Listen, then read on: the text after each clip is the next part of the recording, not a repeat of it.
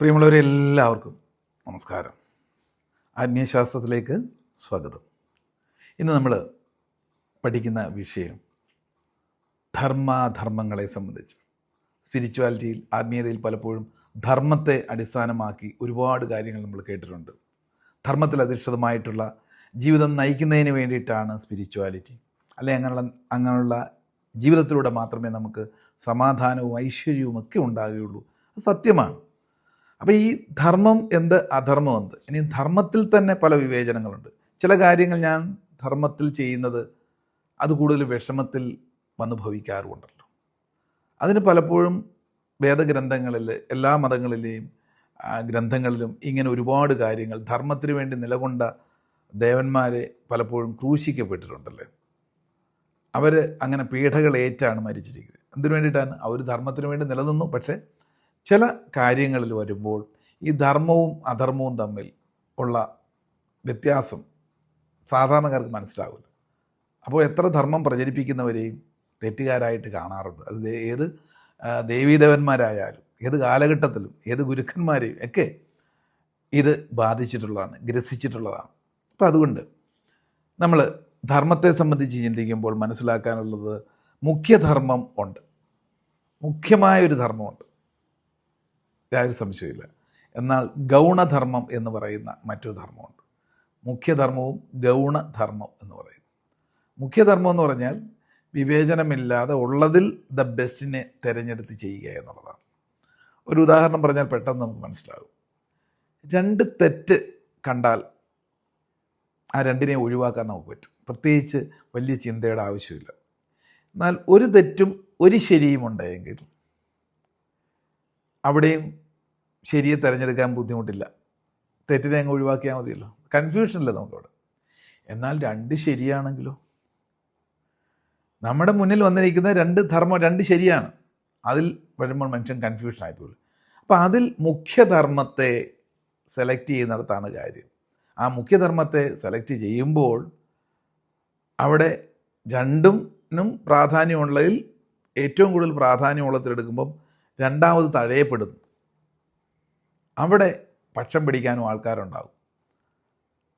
പറയാറില്ലേ, അമ്മയെ തല്ലിയാലും രണ്ടഭിപ്രായമുണ്ടെന്ന്. ഇങ്ങനെ ഒരുപാട് ആത്മീയതയിൽ കൺഫ്യൂസ്ഡ് ആയിട്ടുള്ള കാര്യങ്ങൾ ധർമ്മത്തിൻ്റെ കേസിലുണ്ട്. ഉദാഹരണം പറഞ്ഞാൽ ശ്രീരാമൻ ധർമ്മത്തിൻ്റെ ഉത്തമ പ്രതീകമാണ്. പക്ഷേ ശ്രീരാമൻ ഒരുപാട് വിമർശിക്കപ്പെട്ടല്ലേ. പുത്രധർമ്മത്തിന് വേണ്ടിയിട്ട് കുറേ കാര്യങ്ങൾ പുത്രധർമ്മത്തിനകത്ത് മുഖ്യധർമ്മമായിട്ട് കണ്ടു. അതിനുവേണ്ടി ഇറങ്ങി പുറപ്പെട്ടപ്പോൾ കുറേ പേരുദോഷം കേൾക്കേണ്ടി വന്നു. ഇനിയും തൻ്റെ ഭാര്യയെ ആയ സീതയെ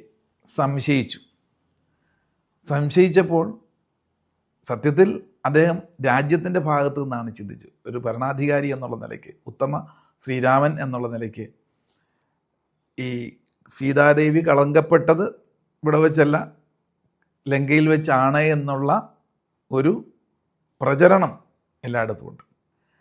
അപ്പം അങ്ങനെ മാതൃകയായി വരേണ്ട ഒരാളുടെ കളങ്കത്തിലാണെങ്കിൽ അതിനെ തെളിയിക്കേണ്ട ചുമതല എനിക്കുണ്ട്. അവിടെ ഒരു പക്ഷേ പീഡനം അല്ലെങ്കിൽ മാനസിക വിഷമം അനുഭവിക്കുന്ന സീതാദേവിയാണ്. അപ്പോൾ അവിടെ ഈ ശ്രീരാമനെ ഒരു അധർമ്മിയുടെ പരിവേഷത്തിലൊക്കെ ഒരു വിഭാഗം ആൾക്കാർ കാണാം.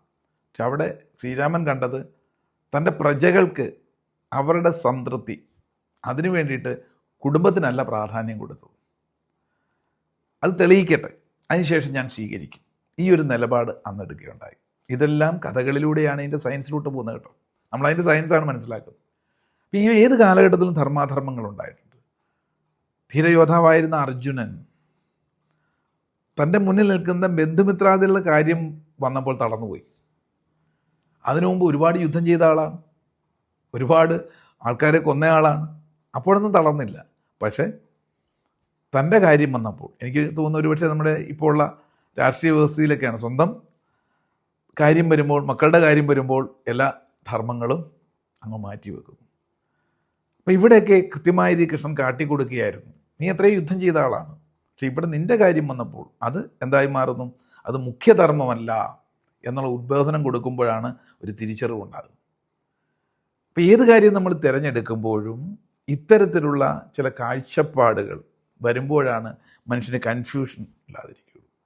ഒരു ഇലയിൽ, ഒരു വൃക്ഷത്തിലെ ഒരു ചില്ലയിൽ ഒരുപാട് പുഴുക്കുത്തുകളുണ്ടെങ്കിൽ ആ ചില്ല വെട്ടിക്കളയണം. അതാണ് എന്ത് മുഖ്യധർമ്മം. അല്ലെങ്കിലോ ആ മരം മുഴുവൻ കേടുപാട് സംഭവിക്കും. ചാണക്യനീതിയിൽ പറയുന്നത് ഒരു രാജ്യത്തിന് ദോഷം വരുന്ന ഒരു സംസ്ഥാനമുള്ളെങ്കിൽ ആ സംസ്ഥാനത്തെ ഒതുക്കണം. ഒരു സംസ്ഥാനത്തിന് ദോഷം വിതയ്ക്കുന്ന ഒരു ജില്ലയുണ്ടെങ്കിൽ ആ ജില്ലയെ ഇല്ലാതാക്കണം, അല്ലെങ്കിൽ നേർവഴിക്ക് കൊണ്ടുവരാൻ യുദ്ധം ചെയ്യണം. ഒരു ജില്ലയ്ക്ക് ദോഷം വരുന്ന ഒരു താലൂക്കുണ്ടെങ്കിൽ ആ താലൂക്കിനെ ശരിയാക്കണം, അവിടെ ഫൈറ്റ് ചെയ്യണം, അല്ലെങ്കിൽ എല്ലാത്തിനെയും പെട്ടെന്ന് ബാധിക്കും. ഒരു താലൂക്കിനെ മോശം ആക്കുന്ന പഞ്ചായത്തുണ്ടെങ്കിൽ ആ പഞ്ചായത്തിനെ ആദ്യം ശരിയാക്കണം, അതിനെതിരെ ഫൈറ്റ് ചെയ്യുന്നത് അത് അധർമ്മമല്ല. ഇങ്ങനെ ധർമാധർമ്മങ്ങളെ കൃത്യമായി വരച്ച് കാട്ടുന്നതാണ് നമ്മുടെ ആത്മീയ ഗ്രന്ഥങ്ങളും അതിൻ്റെ പശ്ചാത്തലങ്ങളും എല്ലാം. ശരിയല്ലേ? ചിന്തയ്ക്ക് വിട്ടുകൊണ്ട് ഇന്നത്തേക്ക് നിർത്തട്ടെ. നന്ദി, നമസ്കാരം.